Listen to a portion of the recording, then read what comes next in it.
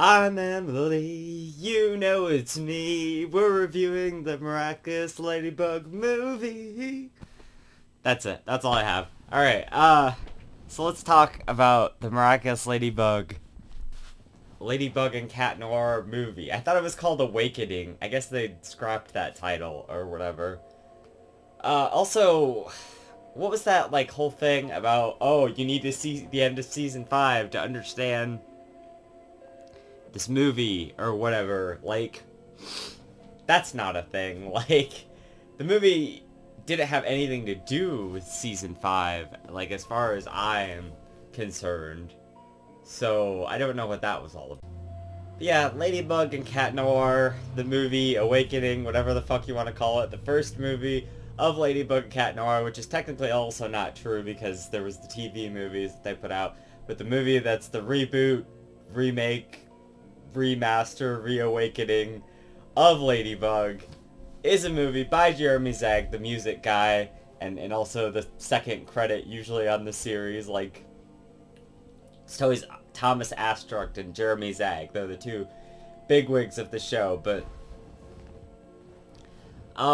you know, like, I don't know. Like, I think this movie's fine. It's totally okay. I mean, we've been hearing about this movie for, like, such a long time. Originally, it was going to be live action, and then it was going to be, like, this other thing, and now it's a musical, and, like, the music numbers are fine. None of them are, like, you know, super standout or anything, but they all convey what they want to convey, and for an alternate take on the Miraculous Ladybug universe, it's not bad by any means. I think it's fine. It's good enough, you know. But, I mean, I don't love it at the same time. There's a lot of stuff. It was mostly, like, honestly, I'm really kind of pissed off I didn't get to see this in movie theaters, because I think that would have been a better experience. They released it, like, everywhere else in theaters, for the most part, especially in, like, France and stuff, but we didn't get to see it here in theaters. Here it was just, like, a Netflix thing. And they released it in select theaters here, but I'm not gonna get any of that shit near me, so I just find that to be disappointing. While I have it on my mind, the childish humor. I'm so... oh, the childish humor. Oh, you know, my little monocle or whatever. Freaking... there's, like, fart jokes in this movie from Plague, and that's, like, his whole character in this movie. Like, I get it, he's obsessed with cheese, but, like, that was lowbrow as fuck. I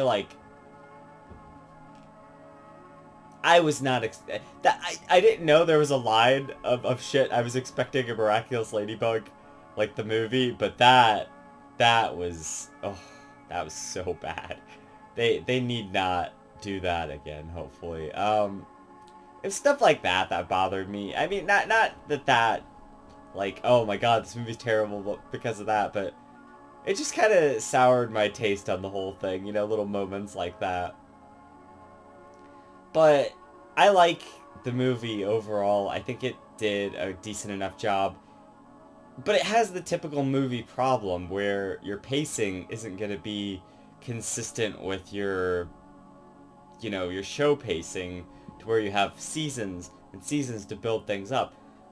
Spoilers for the movie, by the way. They did the identity reveal, but, you know, it doesn't mean quite as much. Honestly, if the movie did anything, it made me realize how special the identity reveal is gonna be, or how much I'm jaded by not having just seen the identity reveal early on in the show. And another thing about the movie is it's an origin to Ladybug and Cat Noir. Again, Master Fu's in there, you know, and stuff. But, it feels really kind of odd and rushed because they're trying to do, like, a whole ass Ladybug thing in here. And they show some, like, different interpretations of some villains. There's even, like, I think one of the best parts of the movie is like this montage sequence of them like taking down other villains, and then you're like, oh, like that's the bubbler on the paper and stuff. The referencing back to the show, you know, and everything else was different and new, but also familiar in a way. It's nothing we haven't seen before, and nothing we haven't seen before done better in the show that had time to build it up and get us emotionally invested in the relationship between Adrian and Marinette. Now, for fans of the show, that also doesn't matter because... I mean, it does matter, but it also doesn't matter because you're starting over fresh, so these characters don't have all that preconceived build-up. And I'm to assume that Marinette and Kim don't have all this trauma from episode 14 of season 5 there. Actually, in episode 14, season 5, they explain why Marinette's so shy. Like, I'm assuming all that's not a thing in this. Apparently, Jeremy Zag has 2 other movies planned or something. I'll watch them, you know. Like, it's a different, unique take. It's a movie take on Miraculous. It's an adaptation of the show into a movie. Pretty much for little kids, I would feel like, at this point.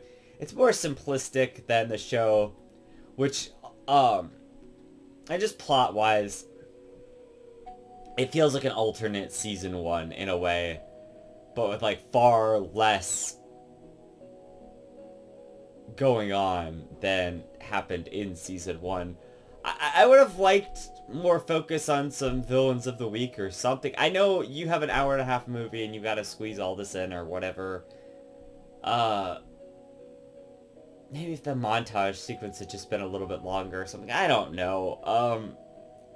They have some unique villains in here. Like, there's a gargoyle villain. There's, like, a couple other ones. Like, they have the mime, and he's got, like, a mime girl or something.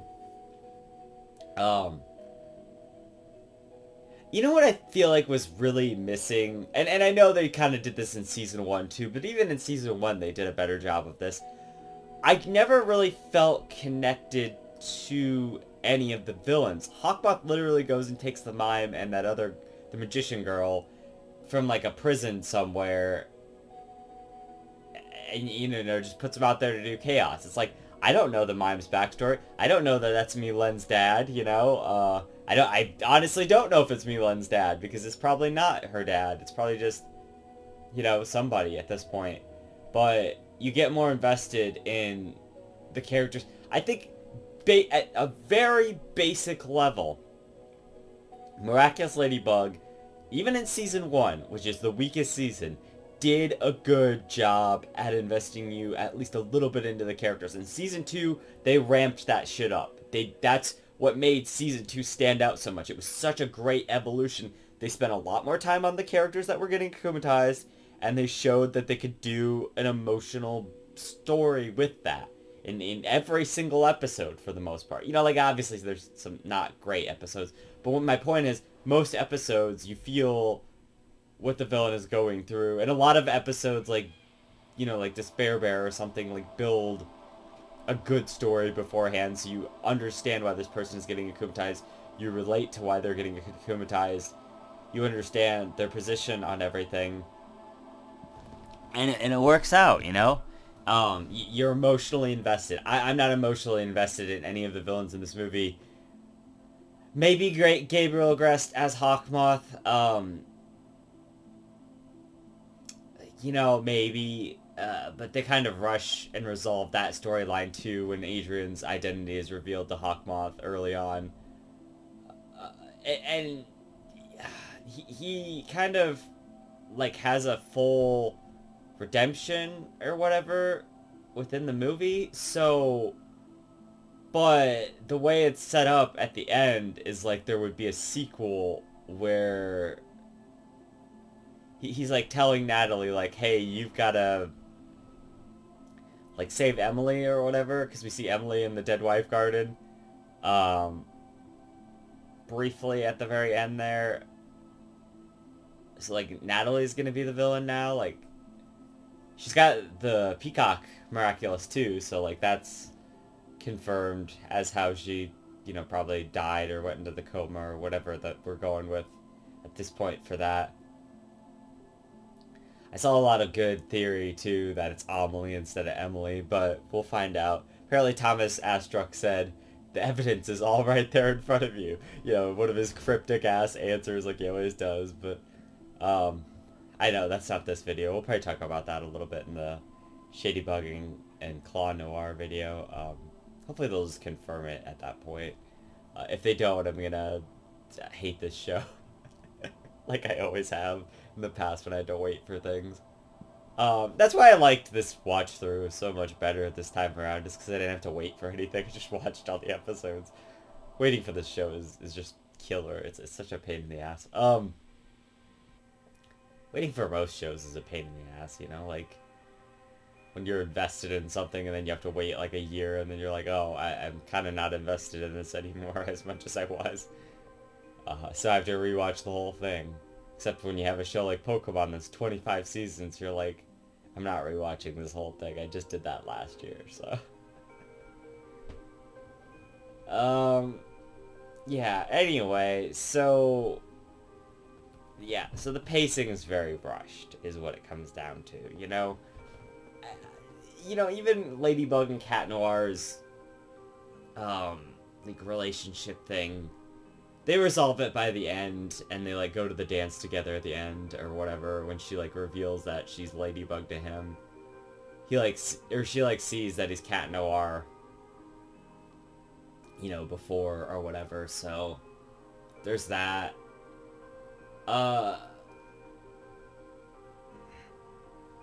In hindsight, you know, when I first started watching this show, of course I just wanted the identity reveal right away so that we could get into other things, but in hindsight, since they've made such a big deal about it, this does feel a little rushed, and the whole movie, in a sense, I feel, like I said, feels a little rushed. You just don't really have a lot of moments in between to breathe with anything that are, like, incredibly interesting by any means. It's a lot of them, like, running around and just talking and not even about anything very significant. I've seen a review that said it was simplistic, and I kind of agree with that. It's simplistic in comparison to what they can do in the show. So in that regard, I don't know if we really necessarily needed this movie, but it's a fun adaptation for what it is. I don't regret watching it. Like I said, like the musical numbers are fine. The animation I wanted to talk about. The visual style, I feel like on the like backgrounds and stuff is well done. Although I do think that the show did the character designs better. They're more cartoony. Here it's a little bit different, and it's this really weird looking art style. It's very strange by comparison to what we have in the show. I think the show, like I said, especially in Season 5, I said that in my Season 5 review, gets to be to a certain point where it's very visually stunning. I think they've finally kind of gotten there, you know, like... Season 1's a little rough, and I understand that, but I think it just keeps getting better from there and there. This movie obviously looks visually impressive, but I feel like it's all flair and no substance on that front, you know? There's a little bit of substance. They're definitely trying to get you to feel, like with the Gabriel Agress stuff, and... I feel like he's a more well-rounded and fleshed-out character in the show, and I know that's like an obvious statement. They're all more well-rounded and fleshed-out characters in the show. I think they definitely cut some corners on, like, Marinette and Adrian and stuff. Like, Marinette first meets Adrian, like, when they're in this library or whatever. I love, obviously, the origin story to Marinette and Adrian, and then why why Marinette falls for Adrian at the end there because of his speech in the rain and all of that. There's none of that in here. You know, it's very bare bones in by comparison. And they definitely put a lot more emphasis on the Ladybug and Cat Noir aspect. But they do have some scenes with Marinette and Adrian, like when they're at the fair together and stuff. So that's kind of interesting.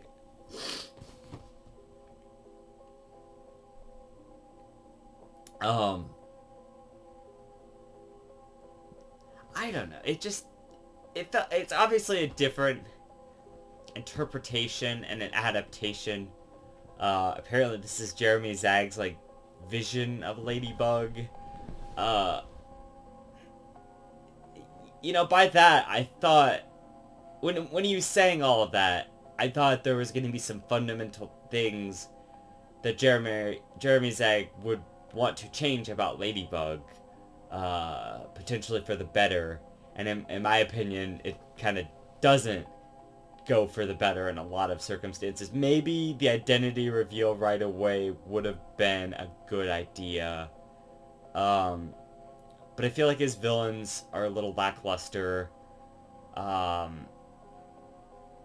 no build up to them, you know, which is kind of a Ladybug staple. Building up the villain and getting us invested in that villain.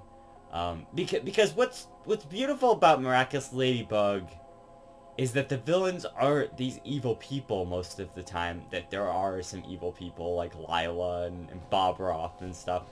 But for the most of the time, it's a lot of really good people, like Miss Bustier, Luca, you know, all these really kind-hearted people. Sabine, obviously, Marinette's mom.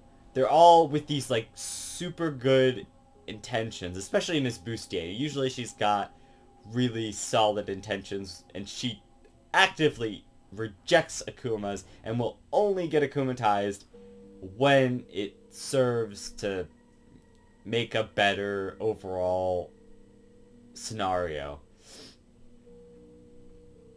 So, you know,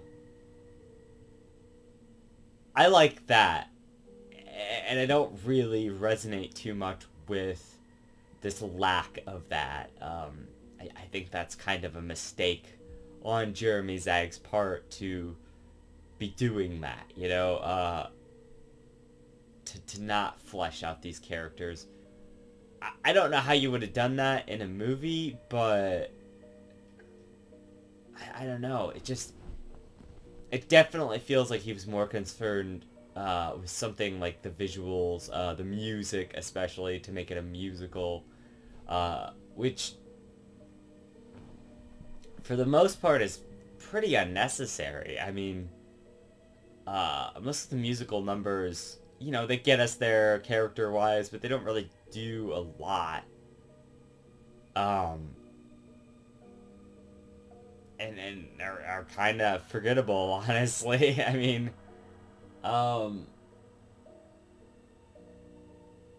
you know, and I know it's like I haven't been saying very many positive things about the movie. It's not like I hated the movie. I thought it was good.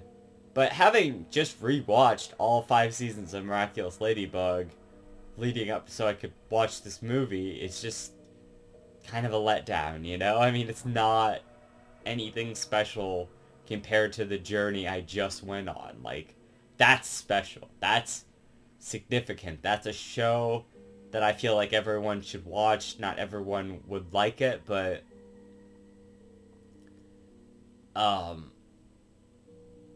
in a way, I mean, you know, it's definitely like a top 5 show for me.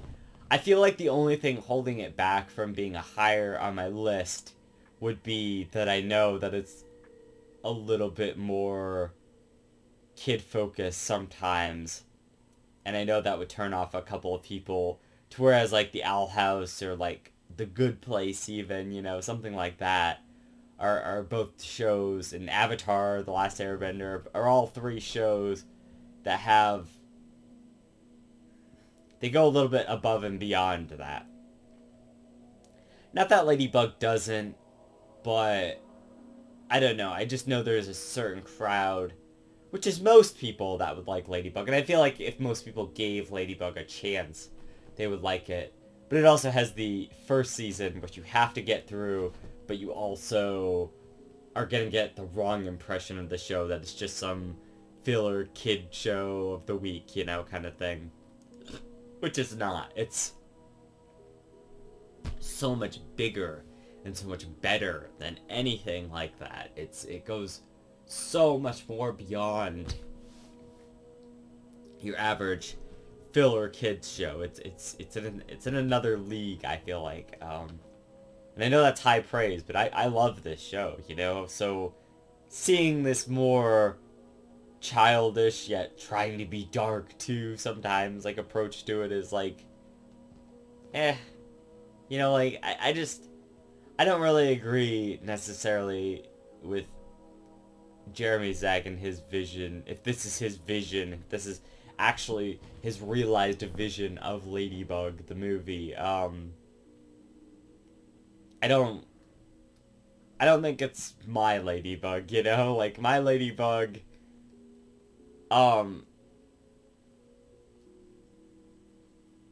it's different. And I don't know, it feels more, it has more humor that's not just like childish humor, cat puns or something, I don't know. And more character development for sure, and I do prefer the animation from it. And I just think the lore being more expanded upon, and, you know, and I get it, in some ways it's unfair. I'm comparing an hour-and-a-half movie to 5 seasons of television and, like, 2 specials that all build to this, like, ultimate climax and all this stuff. But I don't know. At the end of season 5, when Gabriel Gress kind of has a bit of a change of heart, or I don't know, maybe he didn't, you know, I mean, we don't know what his wish is still. But I feel like Marinette's words swayed him a little bit. He still had to venom her to be able to take the stuff to get the wish or whatever, but he did just want what was best for his son at that point, and he did get back all the miraculouses, so I don't know if that really makes up for everything that he did, obviously, but I felt that, you know. At the end of this, I didn't really feel it, you know, when he kind of gave up. I understand why he did it, because of his son. Honestly, I think that's a more appropriate reaction than, like, how he was in, like, Cat Blanc or, like, Ephemeral when he finds out that he's Cat Noir. Because then he always is, like, trying to take advantage of him. At this point, this is, like, a young Hawkmoth who has only akumatized, like, a handful of people, you know, so I guess he's more willing to give up the game. Except he's not, because he's sending Natalie to do his dirty work or whatever. I don't know. I don't really know how to take that. But you know, I don't mind it. It was good. I do think that there were some good aspects to it. I wouldn't say it's great. I would say it was enjoyable. I would say, it's definitely not what I wanted out of a Ladybug and Cat Noir miraculous movie there. But for what it is, it's fine, and, you know, it is what it is. I have to accept that this is the Ladybug and Cat Noir movie that we're gonna get, you know, so, it doesn't really add a lot to the lore, other than having some kind of identity reveal to tide us over, I guess, for the real series, for the real canon. And I mean, I feel like that's the main thing here, is that in no regard and respect is this canon. And I know it would have been a little bit alienating to parents who just like walked into this movie and like it wasn't a self-contained thing, but I think they should have said it in the lore of the original series there, instead of rebooting the series essentially, or remaking, or whatever you call it, adapting the series. I think it would have made for a more powerful movie had they done it within the confines of the series, which is kind of like what I thought they were gonna do. Make it a movie for the series, you know, and I know we've had TV movies for the series and stuff before, but you know, this isn't my Marinette, this isn't my Adrian. They're different people, they're different characters. They don't have all of the development of my Marinette and Adrian, and I think it would have been better to see that. Maybe they painted themselves in the corner, because the end of season 5, Gabriel Agreste makes the wish and is gone now, so they couldn't use him for the movie, but they wanted Hawkmoth to be the villain or something. I don't know. You know, that's where we run into problems, is like, it's an adaptation, and that is what it is, so I don't need to go on much longer. I mean, I think that's kind of the gist of it, is it was an okay adaptation. If you like the show, give it a watch. Maybe you'll like it more so than I did, and you'll find more enjoyment out of it. And it's not that I didn't like it. It was fine. There's good aspects to it, but also a lot of disappointing aspects in a way. I mean, it just doesn't really live up to the same amount of hype that I got and I continue to get from the original series there. But as like a side little project, it's like an adaptation that doesn't affect anything in my main Miraculous Ladybug series. Like, okay, sure, fine. You know, it's pretty good. It'll work. Solid, passable. You know. I hate to do it, so I'm gonna give it like a 6 out of 10. You know, it's just okay.